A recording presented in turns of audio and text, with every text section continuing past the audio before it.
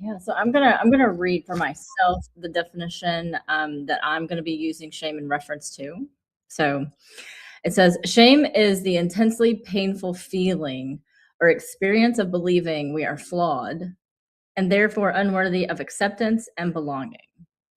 People often experience shame when they are entangled in a web of layered, conflicting, and competing social community expectations. Shame creates feelings of fear, blame, and disconnection. So, it's a lot. In a word.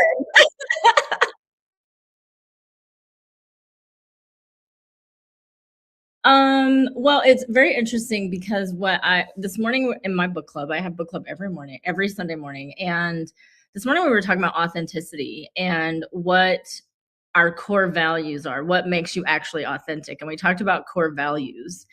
And what happens is shame seems to pop up when those core values are in question of some sort, where someone's judged it or like someone has made a statement or someone makes fun of it, like just all these different things that come up. And when your core values are in question for self, because you're continuously refining what they are, and as shame pops in is that's when the deeper work starts, right? Is to go, where did this come from? Where did this emotional charge come from? And typically it leads back to some sort of shame where it's embarrassment, shame, ashamed, conflict, emotional charge. And I will say, going back to what you said earlier, Jamie, was that we used to say that you ought to be ashamed of yourself or shame on you, right?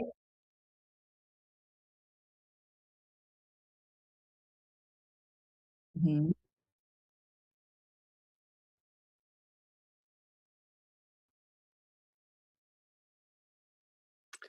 Yeah, I think that's been my experience growing up is that somebody would call you out, either a parent or an adult figure, let's say, if you were younger, saying, "Well, you should be ashamed of yourself." And and initially, sometimes it would be, "What for? Like, what did I do?" Mhm, And mhm, so it was a behavioral thing, and as Sang has touched on, someone questioning your values, that you did something that violated or broke their values, but you may not have interpreted. Like in some cases, I'd say, mm, well, why? What's wrong with what I did? So it was active, like as if it was a totally always a conscious decision to break somebody's value system.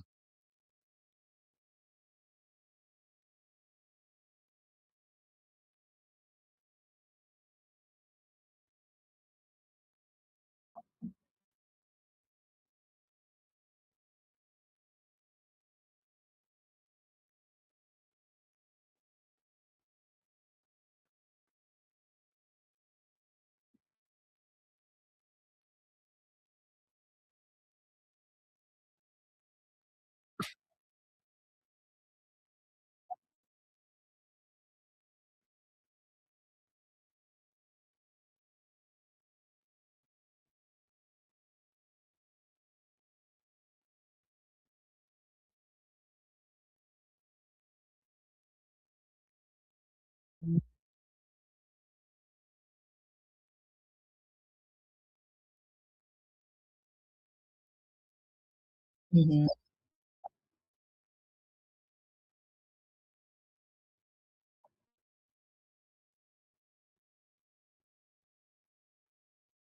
mhm, mhm.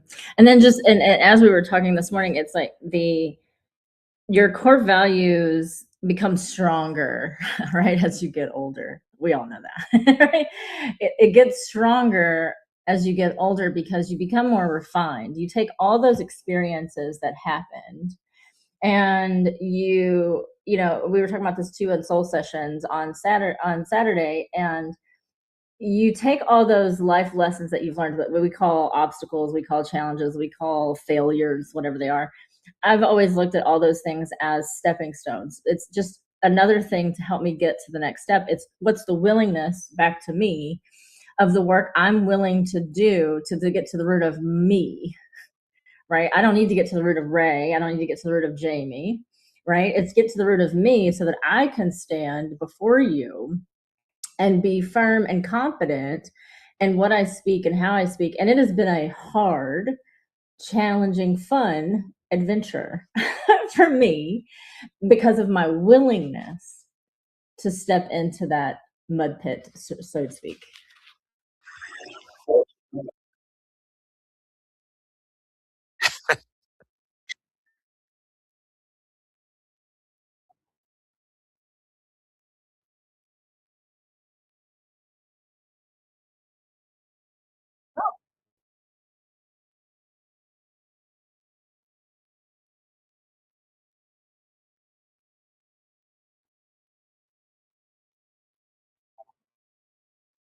Sure. I'm just going to remind you there was that special button that you used last week.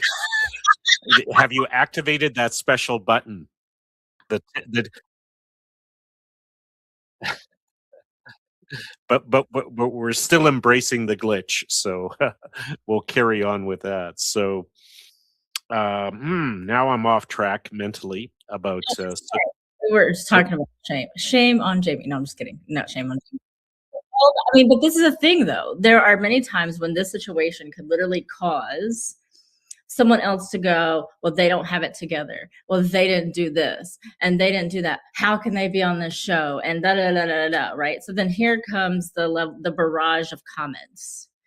And then in that would go what, and I'm just going to speak for myself. If I were live, this is me, and I don't know if Jamie, this is what is representative of you, but if it were me, I'd be like, I'd be anxious. I'd be like, oh my gosh, this attests to my professionalism. They must think this. They must think that.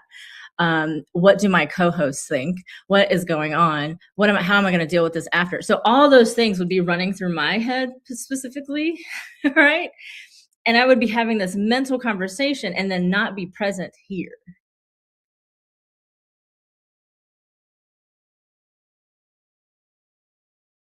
The comments that were made over somewhere else because now I've spun into my own web of shame because of everything that that I've learned about shame growing up. And so and for me, I probably like 5 years ago, I'd be like, guys, I'm never coming back on. Right? Or something like that, right? Because I'd be like, oh my gosh, I can't do this. But it's like I think allowing people to one be human, and again, of course, going back to the curiosity of, well, what's going on? How can we help? Just like earlier when you came on, Jim, you're like, I think we had 6 minutes left, and you're like, okay, guys, because we and Ray were just talking it up, and Jamie's like, wait a minute, guys, I'm having a moment, like we got to get this figured out, right? So we're like, okay, what do you need, right? So it's literally about how we show up for others, so that that shame isn't onboarded for that person, yeah. right, in our best way. And I think that was a clear indication of what that can look like um in this aspect, because somebody who would be coming in out of nowhere would be like, who are these people, da, da, da, they don't have it together. But then it's like they haven't been with us the last 7-8 weeks to go, this has been a progression. They haven't seen the baby steps. It's like walking into a room that you've never been into, but now you want to make all the judgments on the planet, but you don't know what it took to get to this room. Yeah, no context. Correct. Yeah. Mhm.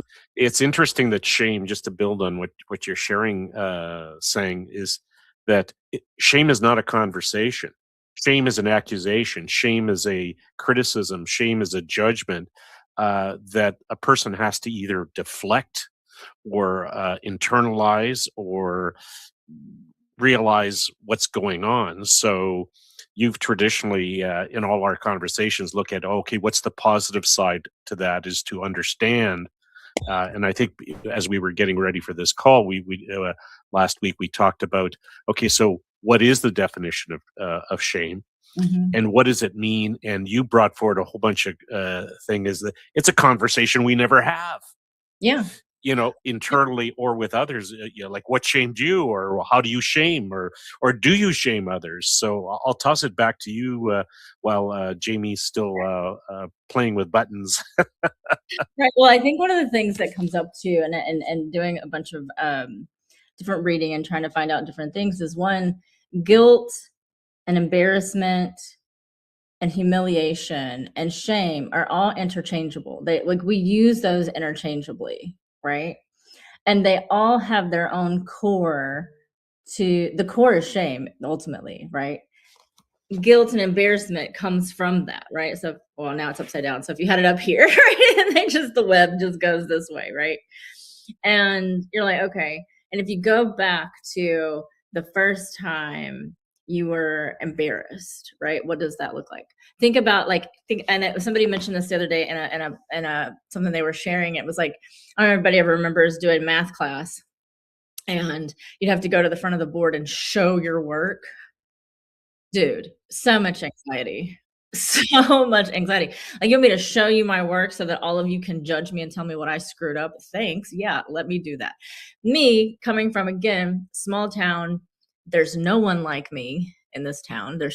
And and now I've got to get up in front of the board and I got to do this. Not saying it's any worse than anybody else's experience, right? Because you get up and then and then if you don't get it right, and then it's about competing. You got to be first. If you're not first, you suck, or whatever, or whatever little things that come up, and then those things come into our head. And then we had field day, where you actually got field day because you got one first, second, and third. There were no consolation prizes back then, or there were no participation badges back then.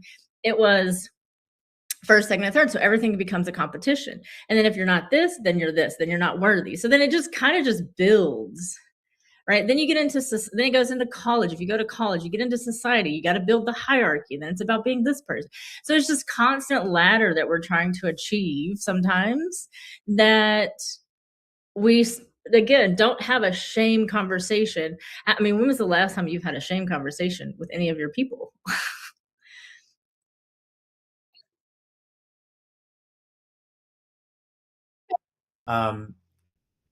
If you're just now joining us here let me make sure I get all my cameras correct here.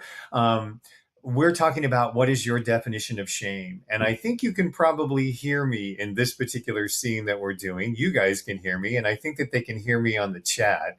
But one of the things that happens when you're doing a live broadcast is that you do work on things as they're actually happening in the moment.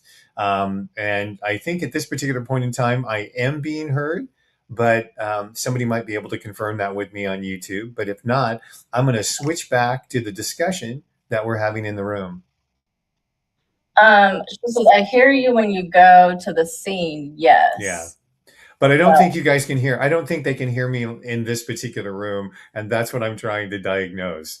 So anyway, it is so interesting that we chose this topic to discuss, right? Because there would have been a time in my life when I would have been super ashamed of what's happening right now, but we're rolling with it.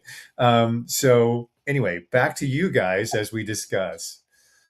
Yeah. Well, go ahead, Ray. What do you got? I was just going to add to where you last left us discussion-wise, is the shame as social control. Apparently, wait a second. Apparently, I'm interrupting for this live breaking update. It's my understanding that they can now hear me in the room. Yay! So the rest of the episode is canceled because we no longer feel ashamed.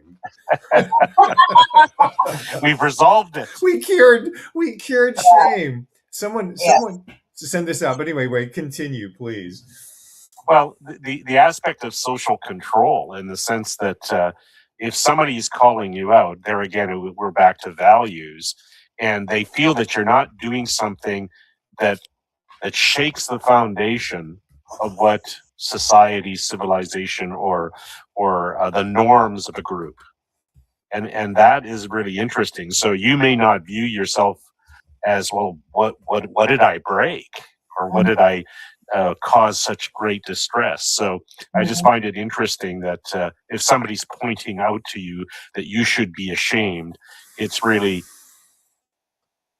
social control, rather than, it's not meant to help you, it's meant to control you. Mm-hmm. Mm-hmm. Right. And I think guilt and shame are the two that get cut to the core for sure, because they're all self-evaluation. They're that external factor. I think that people, like what you're talking about, the societal pressure of I gotta bake cookies. I've got to make homemade cookies for the class. I got to show up to every homeroom party to my kid's school. Like, I've got to be that mom, or I've got to be that friend, or I've got to be that colleague, right? And then when you don't, everyone's like, well, what have you been doing with your time? Or what, and then it becomes this thing, and it's like, when you own, you know what? For me, I remember when my daughter was going to be playing. Well, she wasn't playing in band. She was in the color guard. Mm-hmm. It was her senior year. She was only going to be in band for 6 months. My kid didn't even play an instrument. She was just strictly doing the color guard, right?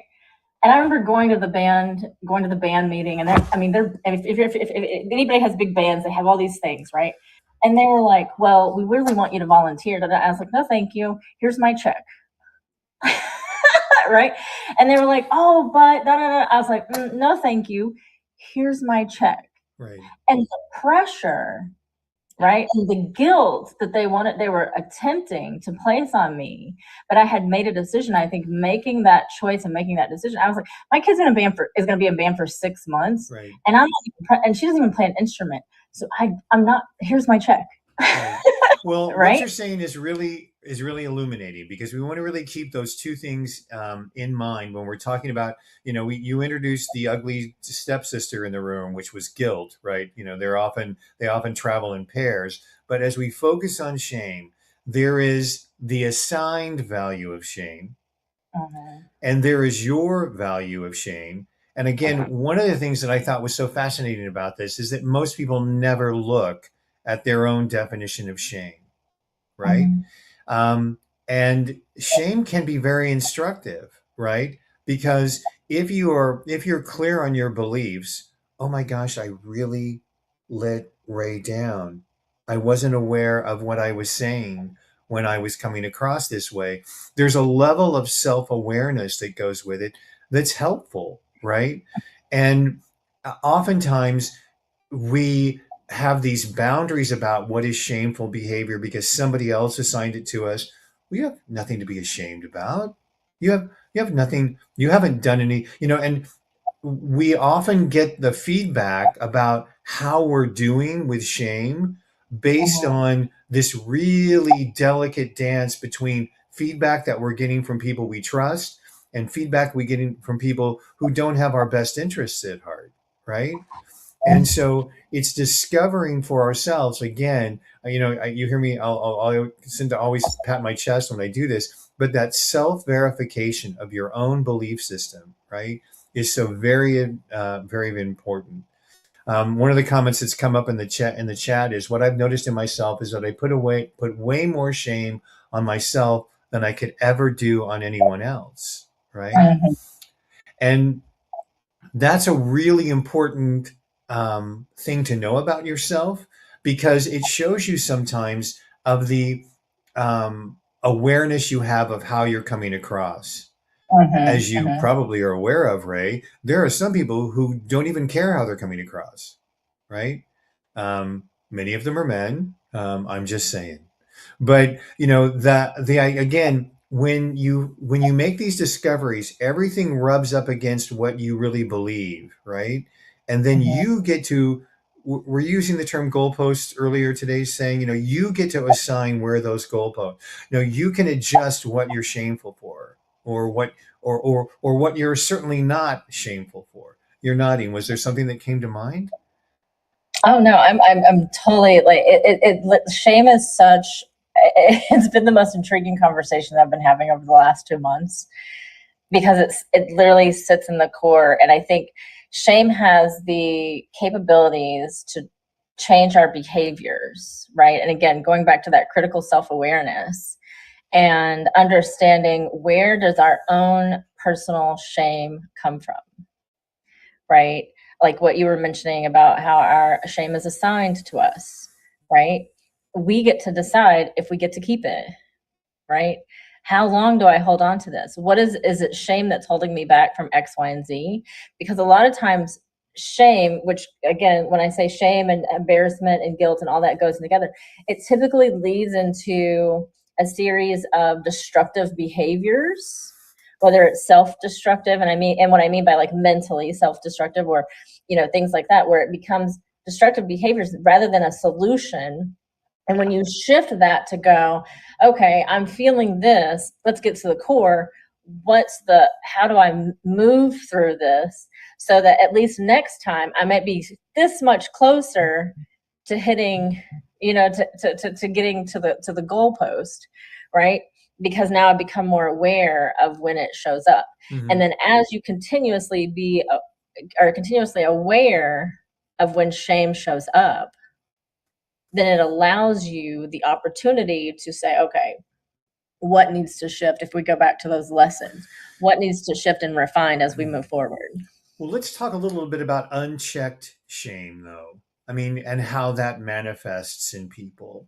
And I'm sure saying in the work that you do with the clients that you see, and Ray, in the work that you do with the folks that are dealing with organizational structures and systems, you can tell what people are most protective of, because they don't want to they don't want to be shamed. There's this level of protection. Like sometimes people just don't want to speak up because they don't want to be shamed. They'll use phrases like, I know this is stupid, because you don't want to be able to be labeled as someone who's stupid for asking a stupid question, right? You'll see it in the way in which people talk. You'll sometimes see it in their own countenance, like how they carry themselves in a room. And then you may also see it. One of the things that Jessica was positing, the cost of unspoken shame in men is really significant, a significant problem in our culture. Honestly, it's an energy that sits stirring where you're almost waiting for the explosion, right? That you can see that heaviness. It's like, I'll use an animal reference. There's like a dog that, it's just like, there's just so much in them, right? So the cost of carrying that is noticeable. Mm-hmm. What can we do when we see someone in that sort of shameful energy? What's the best way of bringing that out? Is there such a technique? I would say it's more observation, right? It goes back to observation. When you, like, for example, when you were saying, this is probably going to sound stupid, but right, when you start paying attention to, say you're in a relationship or something, you start paying attention to the words they use and what they judge others for, or how they preface certain things, you will begin to get a sense of what kind of shame they probably represent underneath, right? And if you're aware of it, then in a healthy way, okay, you can then help them navigate through that without pushing buttons, so to speak, right? I know that's a lot of the work is listening to what you're saying. Because how many times have people said, oh, this is probably going to sound stupid, or let me ask a dumb question, or let me do this, or don't laugh, but, right? So when they use certain things, because people tell about themselves, and I think, again, going back to something we've talked about over and over and over, is to pause and listen, observe, listen to what's going on, and then ask those questions. Because and then being able to, again, have that self-awareness to move through that. And doesn't it have to do a lot, Ray, also with setting the tone? You know what I mean? Creating that safe container to begin with? Yeah, I'll share something that happened during a call in an organizational setting. Is that somebody didn't like what was happening, and was saying, well, basically what we're trained to do is that's wrong, or this isn't working, or I don't like that. The moderator introduced a new way to be in that container, that space. They said, okay, let's recognize that there's an issue, but let's add to that to say we recognize that there's an issue. So basically what they were doing was sharing a new way to be in that space as a group.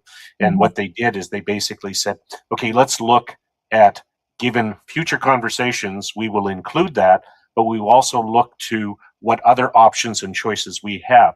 people immediately jumped in Right. because there was a new dynamic that was introduced that allowed someone to say a negative thing or a thing of criticism, but it was going to be included in the holistic collective of what the group was doing that allowed for positive input. So people who felt criticized then said, oh, I recognize there's a deficiency, but we can work on improving that. So it changed the whole conversation. Yeah. The light bulb just went off in my head because, one of the things that you're talking about is how often that shame has been used to control others' behaviors, right? And I think that that's another one of those things about going into self-regulation, about recognizing there's a difference between um, self-control and external control. If I'm ashamed because of something that I said to, an action that I took, then that's an attitude of self-control. But if I'm refusing to do something because of control layers that have been, like you have people frozen, and they just follow along. So if I can keep women shamed long enough, I can really kind of control their behavior without really doing anything, because they'll build that in to their level of self-control in all ways and all times, because they've never been given that permission slip to do something different. It's really interesting to see how, again, shame and guilt are wonderful things to have. They really are, when they're self-assigned and when they're self-controlled. But they are really detrimental, because somebody once told me this. I know you guys are going to laugh at me when I say this, but Jamie, this woman said to me, she goes, Jamie, I don't think you realize that most of the people that you're going to be encountering don't see the world the way you do. A lot of people want to control people in every situation that they get into. And, again, they've learned that if I can keep people ashamed and if I can make people feeling guilty, I can really manipulate people in a way that's very detrimental, because a lot of people will never have that self-examination moment to say, well, wait, is what I'm doing something worthy of shame? I was really proud that I stood up for that person who was being, I get a thumbs up in my own little world, for, an action that was taken. I'm going to speak up. I'm going to say something, I'm going to call out that behavior. And I think a lot of the external factors come into play. I know it did for me, growing up and not being able to speak. It was who you should be, right?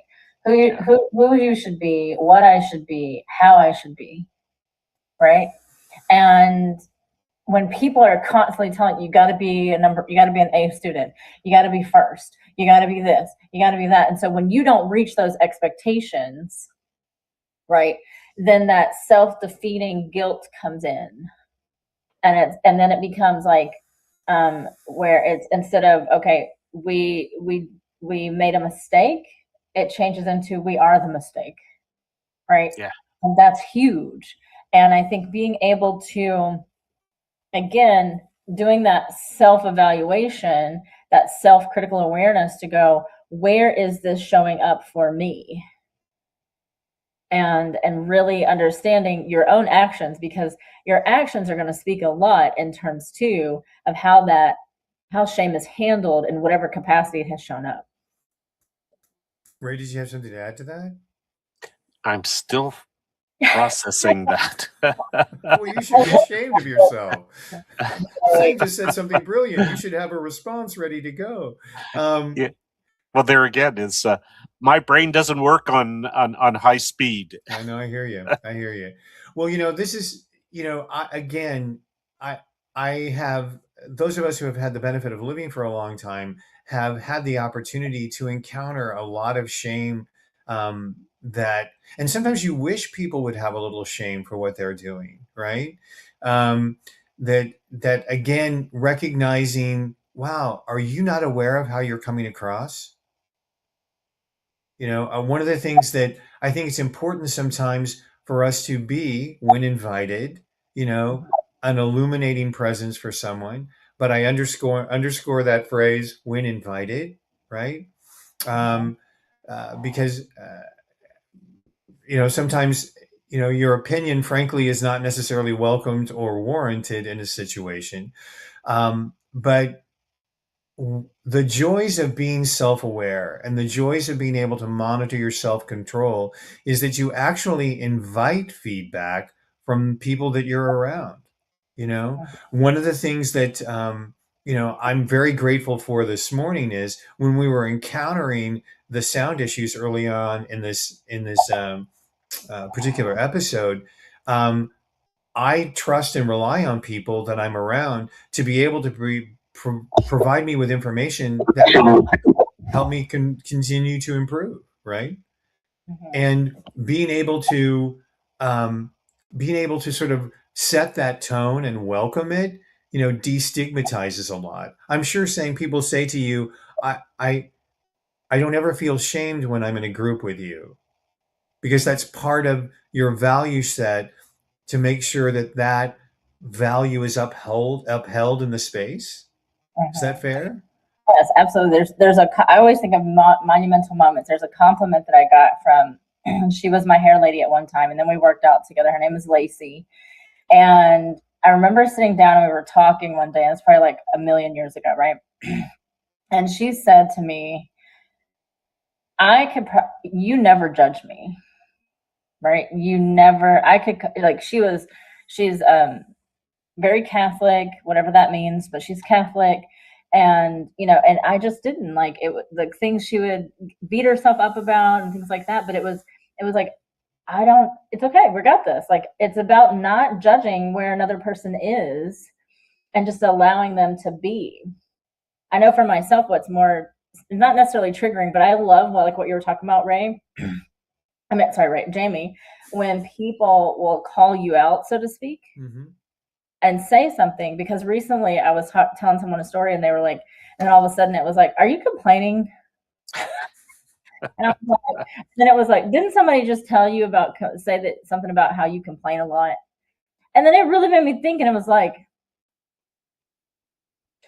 okay, first of all, I was like, I'm not complaining. When I was telling a story, there's a difference between telling a story and sharing what you were feeling at the time.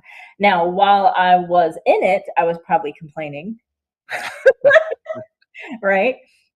And now I'm something totally different. It's like, no, but it was interesting how that one thing showed up in very different ways. But me owning the fact that it wasn't me, but also others going, "You complain a lot," and I'm like, I'm not a complainer. Right. And it's that projection that someone else is trying to put onto me, because maybe that's what they're hearing. Yeah. Jessica just put in the chat, first of all, ha ha ha ha ha ha ha. So there's that aspect to it as well. You know what that means. Well, and again, there's this journey that we're inviting you to take a look at right now when it comes to shame. It's recognizing that, you certainly have the felt sense of shame, but then there becomes the avoidance of shame. And throughout that whole process, then there become actions around shame. And all of those things can be set years and years and years ago that you're still living out definitions of. And the great thing about being able to be in an environment where you finally find out, well, you have nothing to be ashamed of. The mere fact that you learn at a different speed and a different rate that someone else does, how welcoming is that? When you recognize that some people are kinesthetic learners, some people are auditory learners, some people, need to be able to follow steps. I'll make a comment just because Jessica's watching in this particular broadcast. I'm one of those people who learns a lot through observation. I kind of applaud myself as a sort of natural learner. And it's taken me until, the very tender age of 107 years old to recognize that for me, it's a very natural process to just sort of be in that thing and observe someone learning. Where I get caught up sometimes is if I'm doing hands-on at the same time someone else is teaching, I get caught up in trying to do too many things at the same time, right? So I really have to be clear about learning. As a kid, school was really super easy for me and I never really studied because I was paying attention to what was happening in class. Now, some people who aren't auditory, they don't learn that well. You know, Mhm. they learn the way through experimentation. They've got to try it out, right? I'm auditory, I have to hear it. And, you know, all of us went through an education system that oftentimes said, well, we want you to go and learn in this way. And if you can't learn this way, you have something to be shameful about and need to be corrected. And Mhm. so one of the things that I think that are people are very deeply wounded about, even to begin with, is what they know and what they don't know. Mhm. If you do ask for help, what are you, stupid? You know, all of these messages get built into that shame pile. Does that make sense?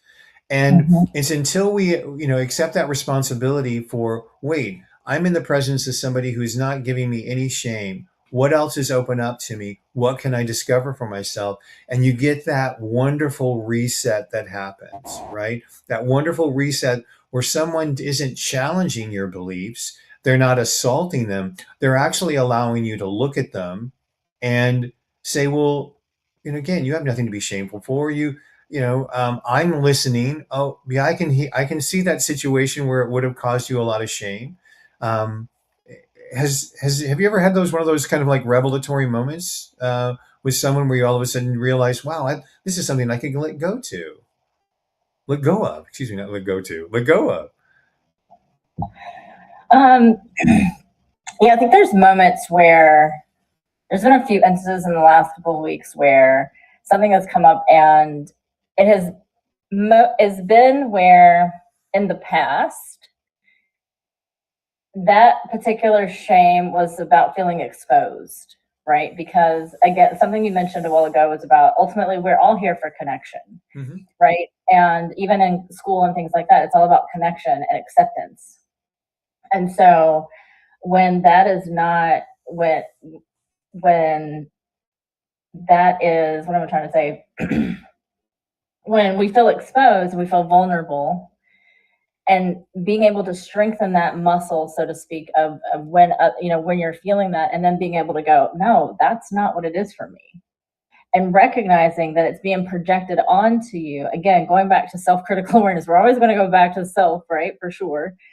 But having that is such a revelation. It probably took me 3 weeks just this last couple weeks to get through something, but I've been working on it for years. So it's not like I just worked on it for 3 weeks. So let's be clear. Okay. There's been layers to this, so many layers.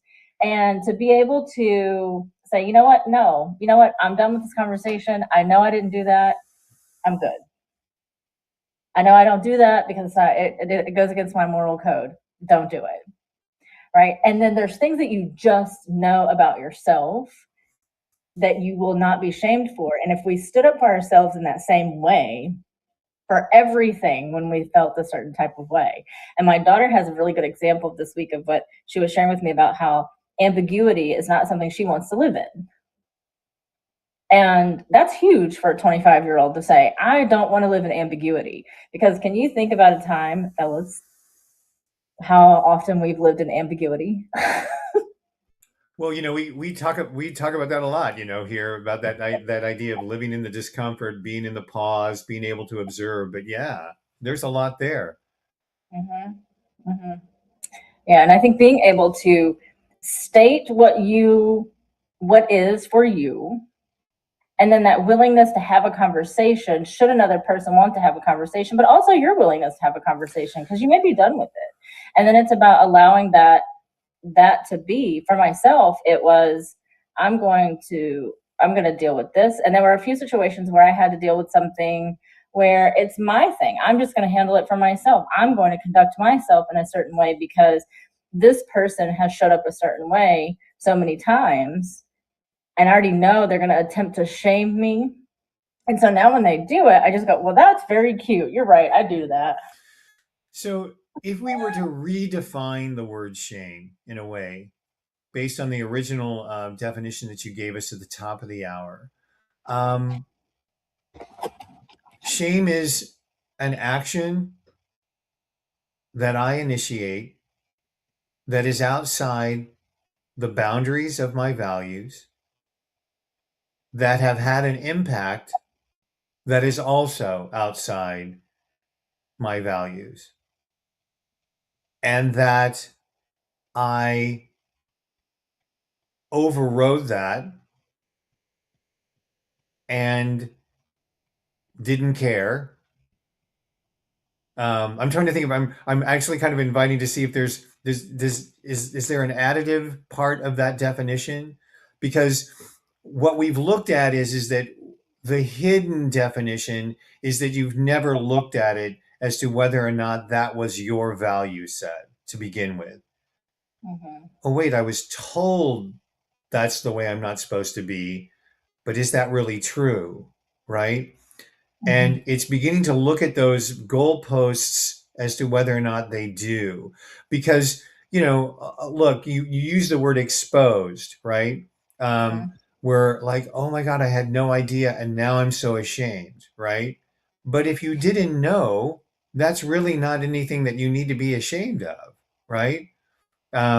It's like the little kid, who can I tell you? I'm going to tell you an old funny story. We're here on the Breakthrough Show Network, almost at the top of the hour. One of my favorite stories that a gentleman by the name of Ken shared once was when he was a little kid. He really wanted to help his mom. His mom was his idol and wanted to do whatever. And one day he found a box of sanitized napkins that his mom used to keep in a special place in the closet. And his mom didn't want to explain what those napkins were for, right? Because she was ashamed about the subject to bring it up. But little Ken, his mom had a tea party and his mom asked him to set the table. And she knew that it was a special thing because she was getting out the china cups and whatever. And he knew right where to go to put the special napkins on the table for that particular gathering. And so wouldn't you know that when mom's tea party, where there are 6 things, and Ken was just, he tells the story, a little 6-year-old Ken was just so proud of himself standing in front of the table with everything all set out with these wonderful special napkins that his mother kept just for special occasions. And his mother had 2 ways to go with that moment. Mm-hmm. Mm-hmm. She could have just dragged him by the hand and said, "You just embarrassed me in front of all of my friends." But they laughed about it. And they laughed about it not in a shaming way, but how Mm-hmm. funny that was, because his mom understood that by not giving his kid the right information, they created something funny. And it was a story that they used to tell in his family for time in memoriam. So just remember, if you want someone to make sure that there's a really good definition here about how you could imprint that. Because when he realized what he had done later on, he realized the magnitude of what could have happened and the damaging input that he could, and that's what made it funny, right? So, 2 things though. One, you don't know what you don't know, and right. 2, who the heck was naming them napkins? Like, what's wrong with that? Like, what? Anyway. Well, I came from a generation where my mother disliked the Pepto-Bismol commercials because they dared to use the word diarrhea in them, right? And she just was like, these people have no shame. They're using that, So again, let's go back to that wonderful thing that you said to us at the top of the hour saying, which is we understand that it's an action outside our values. But what we want to make sure is, were those shame values handed to you? Did you actually take a look at them? Have you run them by people you trust? Have you created those same boundaries in your world? I mean, look, Jessica allowed me to have a shameful moment this morning when this wasn't being broadcast correctly. But because of the trust level that exists between people, it doesn't become a shame imprint. Does that make sense? She knew that I didn't want that to happen, So it's like all you can do at that particular point in time is you didn't know. You're gonna roll with it and you're gonna laugh with it, right? So those things just happen. So And of course, Jessica just put the rest of the slogans in to the YouTube chat of the Pepto-Bismol commercial. So now we have the complete set, according to my mother. Ray, was there something else that comes to mind in all of this? Oh, I just wanted to loop back to when you were defining or explaining shame. I would add that's an internal, our own definition, which is the title of today's topic and show. If we look at it from the external point of view, when you really think about it, shaming is the absence of listening, the absence of observing to understand, and trying to impose other values onto someone in a damaging, critical way. So it's what is a positive, what you basically defined of how we see ourselves and how we believe in our own systems and values and how we want to be in the world, while shaming or shame from an external source is a control mechanism. And it's actually it's the only benefit, and then I'll get Sang to answer that one. The only benefit to that external shaming is an opportunity to possibly learn about oneself. But I can't think of much else beyond that. I think it's the recognition for sure of shaming as a verb and shaming as a noun, right? Shame is, it's not like I can touch it, it's not, but shame does cause behaviors, right?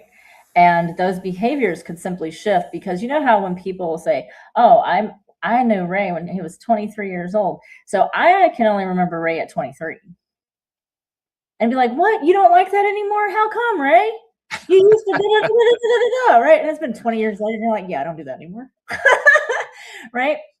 But it's also people, I think that my challenge for everyone this week is to pay attention to the conversations you're having, and I don't want to say check yourself, but recognize when you may be shaming someone else and not realizing it. And because again, we don't know what we don't know. And if someone doesn't say, hey, you know, Ray, I didn't really like that. I didn't really like the use of this particular word. And then I'm able to come to you and then I can share with you why, or I say, Jamie, da, da, da. And again, it's worth having that conversation if you feel it's worth having the conversation with that person. There is so much power in that invitation that you just delivered to recognize what is your shame and then to recognize when you are shaming others. There's also something I would want people to reflect back on as well while they're experimenting is to recognize when that shaming imprint happened, right? When you are being shamed, is just remember that if you didn't know, you didn't know. And that you can, I'll use this, you can rewrite your past when you look at it through that lens. And sometimes you get a dog that barks out. All the canines in the world really want to support rewriting their own past moments. So yes. Why don't we, Ray, is there something else that you might be able to add in on? Dog alarm. Right.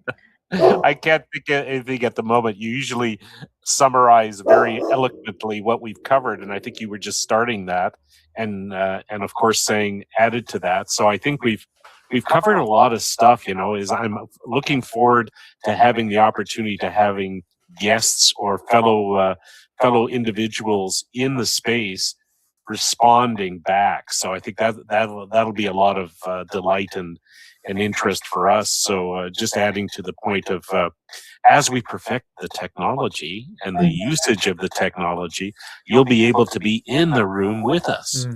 And this week we'll actually be able to invite people into the room because now we know that it works. Now if we can only handle how we can move the seats, you know, life is part of it, just an ongoing revolution of information. When you know better, you do better, right? And you have nothing to be ashamed of. In situations, especially around learning, right? If I could wave my wand about one thing for so many of the kids that I grew up who, while they were learning we know so much about what we call learning disabilities right now, but we understand now so much more about how people learn. And there is so much shame about learning, which is one of the reasons why these conversations that we're having on Sunday mornings are about a way in which every voice is heard.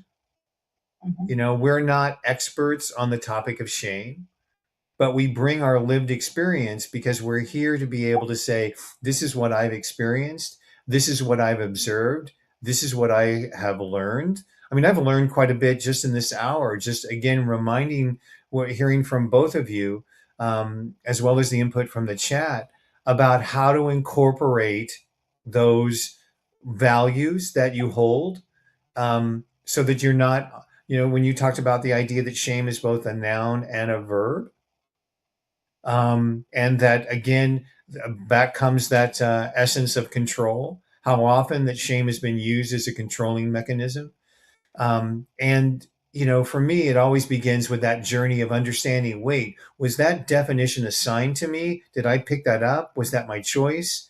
And it's not important that you spend a lot of time in the why. You could, we could talk about why that happened, why they did what they did. But now, having had that information, how does that inform you how you use shame as a noun in your own life and as a verb in your own life, right? Do you need to be shaming? Well, there may be situations where you do, but how do you want to levy that, right? And can you, and on one hand, laugh when someone rushes in with a box of special napkins from their mom, just to do. As we come to the end of the hour, is there anything that you'd like to carry forward? No, I want to share something that you said, Jamie. It was when you said, when you know better, you'll do better. Mm-hmm. Right? I've heard that phrase, and some people will take that and run, like, because it creates a deep depth of shame for them. Mm-hmm. And so, when I tell people will say that, and I always add the word "yet," right? Because we may know better. We may cognitively know. We've talked about this before too.